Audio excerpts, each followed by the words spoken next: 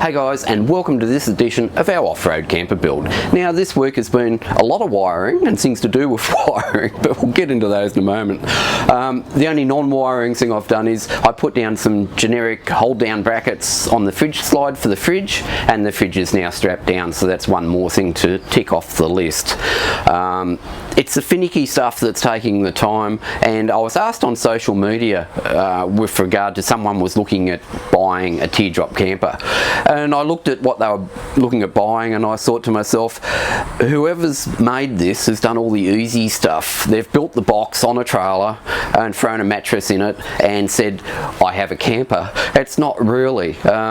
It's the detail stuff that makes these things what they are, and it's the detail stuff that takes the time and, to be frank, chews up all the funds. So, but anyway, that's neither here nor there. But something to think about if you're looking at buying one of these things that's already done. Now, first up in the roof cavity, all of the 12-volt wiring is finished.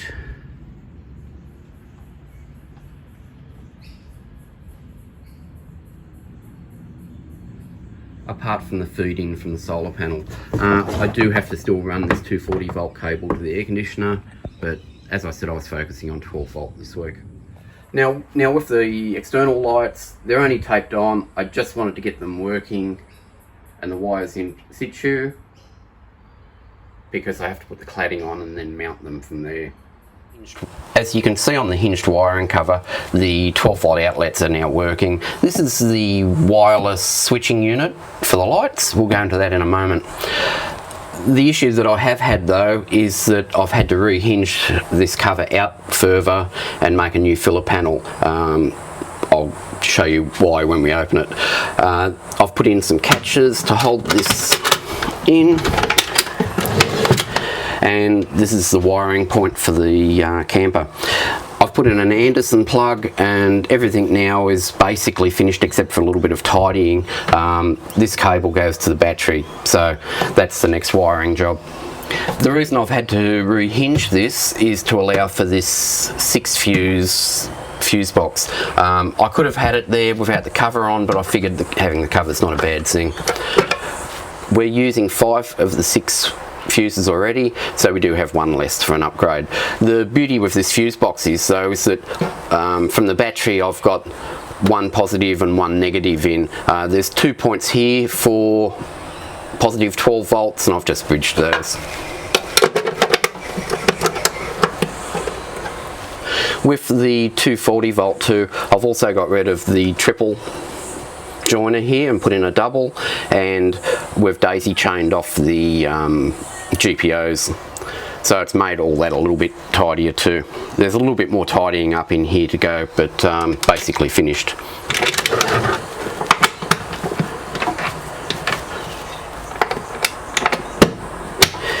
Now the interesting part I want to go into this week is this Sphere 6-channel receiver module. 5 of the channels are 2 amp output and 1 is a 5 amp output. So what I've done is I've put the outside lamps on the 5 amp and the interior and galley lamps on the 2 amp outputs. So I've still got 3 outputs to use, which I can't think of anything I'm using them for at this point of time. Now this is the wireless panel. Switch 1 is interior lights, switch 2 is exterior lights, switch 3 is the galley light. Now to turn these off, you can either turn them off singularly or hit the off button and the 3 of them go off at once.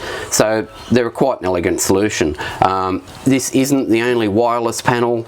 This can be mimicked inside, and I also have another panel.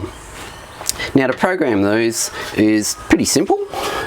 To program the first panel, you just press the switch down until it starts flashing, as such. Hit this button and it's programmed. Now to copy the programming from each button on the wireless units to a separate wireless unit, so we can have identical functions in the galley and in the cabin, it's pretty simple. we hold down the button that we want to copy, and we need to do this with each button in turn. So that takes about 10 seconds. Once it starts flashing, we're in programming mode. We press the button once again. If we go to the receiver module, we'll notice that that's flashing green, so that's in programming mode. We press the button that we want to program, and then go to here and just press that once. We should have that now working the same as this button. And we need to go through each button and do that. So instead of having to wire all these switches up, that's it.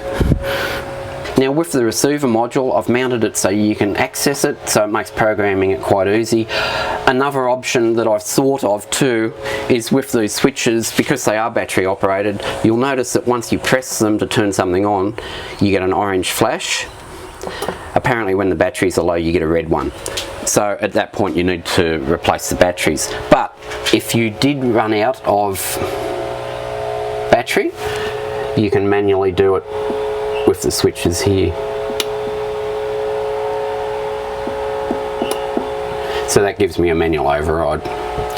That's not that elegant to do because the switches are really tiny, but it gives you an option. So that's the wireless switching unit. I think Jayco use it in their caravans, their higher end caravans. It's not a lot of money in the overall scheme of things by the time you buy your wire and your connectors, but I'm really chuffed with it. So really happy with how this has all turned out. It's neat, it's tidy, everything's behind there, so if ever I have an issue, I just need to swing this open and I can get to it. And apart from one join in the roof for the inside downlights, there are no joins anywhere except behind that panel. So whilst it may appear that we haven't done a lot this week, it's actually taken quite a bit of time to do all that, but it's really nice to be able to look at the 12 volt side and go, well, apart from the solar feed-in cable, the cable to the battery and the chassis wiring of the trailer, the 12 volt side's all finished and working. And it makes it quite nice working on the camper, being able to turn all the lights on and the like. So, baby steps forward. So that's it for this week, guys. Hope you enjoyed that, and we'll see you next time on our off-road camper build. Bye now.